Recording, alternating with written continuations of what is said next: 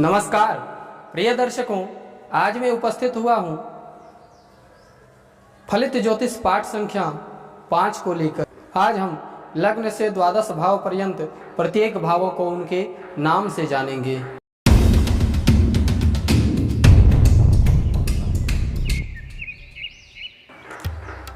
जैसे कि पूर्व के पाठ में मैंने भाव के बारे में बताया था।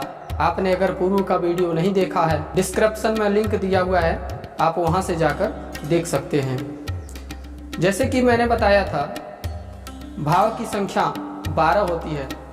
लग्न से द्वादश भाव पर्यंत प्रत्येक भावों को आज हम उनके नाम से जानेंगे। 1 नंबर का जो पहला भाव है उसे लग्न भाव कहते हैं, और लग्न से द्वादश भाव पर्यंत लग्न, द्वितीय, तृतीय, चतुर्थ, पंचम, षष्ठ, सप्तम, अष्टम, नवम, दशम, एकादश एवं द्वादश भाव, इनके नाम को शास्त्रों ने कुछ इस प्रकार वर्णन किया है। तनुर्धनम च सहजो बंधुपुत्रालयस तथा युवती रंध्र धर्माख्यम कर्म लाभ व्ययः क्रमात्। अर्थात लग्न से द्वादश भाव पर्यंत उनके नामों को बताया गया है। तनु भाव लग्न भाव को कहते हैं। प्रथम भाव को तनु भाव और लग्न भाव की संज्ञा दी गई। द्वितीय भाव को धन भाव कहा गया है। तृतीय भाव को सहज भाव, चतुर्थ भाव को सुख भाव एवं मातृभाव की संज्ञा दी गई है। पंचम भाव को पुत्र भाव, छठे भाव को रोग भाव, रिपु भाव इत्यादि नामों से जाना गया है।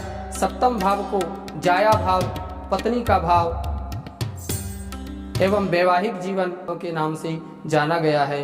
अष्टम भाव को रंध्र भाव एवं मृत्यु भाव के नाम से संबोधित किया गया है। नवम भाव को धर्म भाव के नाम से जाना गया है। दशम भाव को कर्म भाव के नाम से, एकादश भाव को लाभ भाव के नाम से और द्वादश भाव को व्यय भाव के नाम से जाना गया है। इसको सटीकता से याद रखने के लिए हमारे द्वारा एक चौपाई प्रस्तुत है। इस चौपाई को आप याद रखेंगे तो निश्चय ही आप आसानी से इन भाव की संज्ञा को याद रख पाएंगे। वो चौपाई है, तनु धन सहज सुख सुतारी जाया, रंध्र धर्म कर्म फल माया। इन चौपाई को आप याद रखेंगे। चौपाई एक बार फिर से सुन लीजिए। तनु धन सहज सुख सुतारी जाया, रंध्र धर्म कर्म फल माया। इस चौपाई को आप स्मरण रखेंगे तो निश्चय ही आप इनको आसानी से समझ पाएंगे। इस चौपाई के माध्यम से मैं एक बार पुनः इन भावों की संज्ञा को समझा देता हूँ। तनु धन सहज अर्थात प्रथम भाव, द्वितीय भाव और तृतीय भाव की बात हो रही है।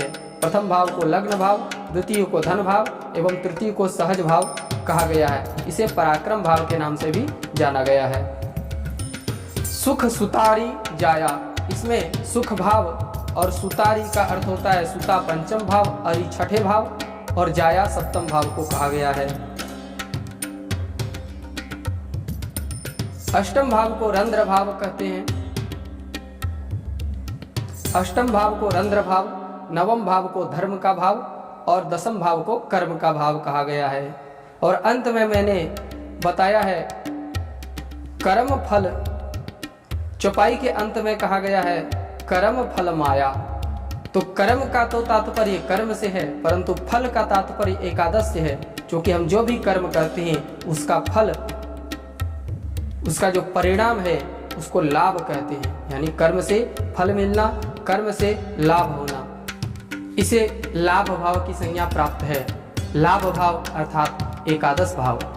आगे बढ़ते हैं, द्वादश भाव की बात करते हैं। तो चौपाई के अंत में माया शब्द का प्रयोग किया गया है।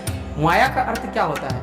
वर्तमान युग में हम जो भी सांसारिक साधनों को एकत्रित करने में, हमारी जो भी सांसारिक साधन है, सुख सुविधा के जो भोग के जो साधन हैं, उनको एकत्रित करने में हमें धन के खर्च की आवश्यकता होती है। इन सांसारिक साधनों को जुटाने में हमें जो धन का व्यय करना होता है, इसी को माया कहते हैं। माया अर्थात वर्तमान युग में अनाधिक्य या फिर आधिक्य व्यय को समझिए। तो द्वादश भाव का पर्याय जो है वो व्यय भाव से है। तो द्वादश भाव को व्यय भाव की संज्ञा प्राप्त है।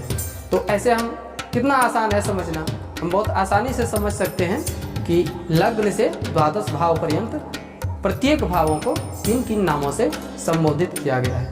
फलित ज्योतिष को इसी प्रकार आसानी से सीखते रहिए, क्रम से पाठ को पढ़ते रहिए। आशा करता हूँ कि आपको यह वीडियो अच्छा लगा हो। इस वीडियो से आपका ज्ञानवर्धन हुआ होगा। अगर हुआ हो तो लाइक अवश्य करिएगा। अगर आप चाहते हैं कि यह जानकारी किसी अन्य लोगों तक पहुंचे तो इसे आप शेयर भी कर सकते हैं। अगर आपने अभी तक हमारे चैनल को सब्सक्राइब नहीं किया है तो तुरंत कर लें, ताकि आप निरंतर हमसे जुड़े रहें। साथ ही बेल आइकन को दबाना ना भूलें, ताकि चैनल के माध्यम से जो भी पाठ की वीडियो अपलोड होगी उसका नोटिफिकेशन सबसे पहले आप तक पहुंचेगा और आप सर्वप्रथम वीडियो को देख पाएंगे। आज का प्रकरण यहीं समाप्त करते हैं। आज के लिए बस इतना ही। आपका बहुत बहुत धन्यवाद।